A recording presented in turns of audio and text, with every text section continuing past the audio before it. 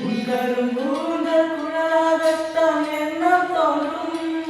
உன் காதோரம் உரையாடித்தான் ஜென்மம் தீரும்.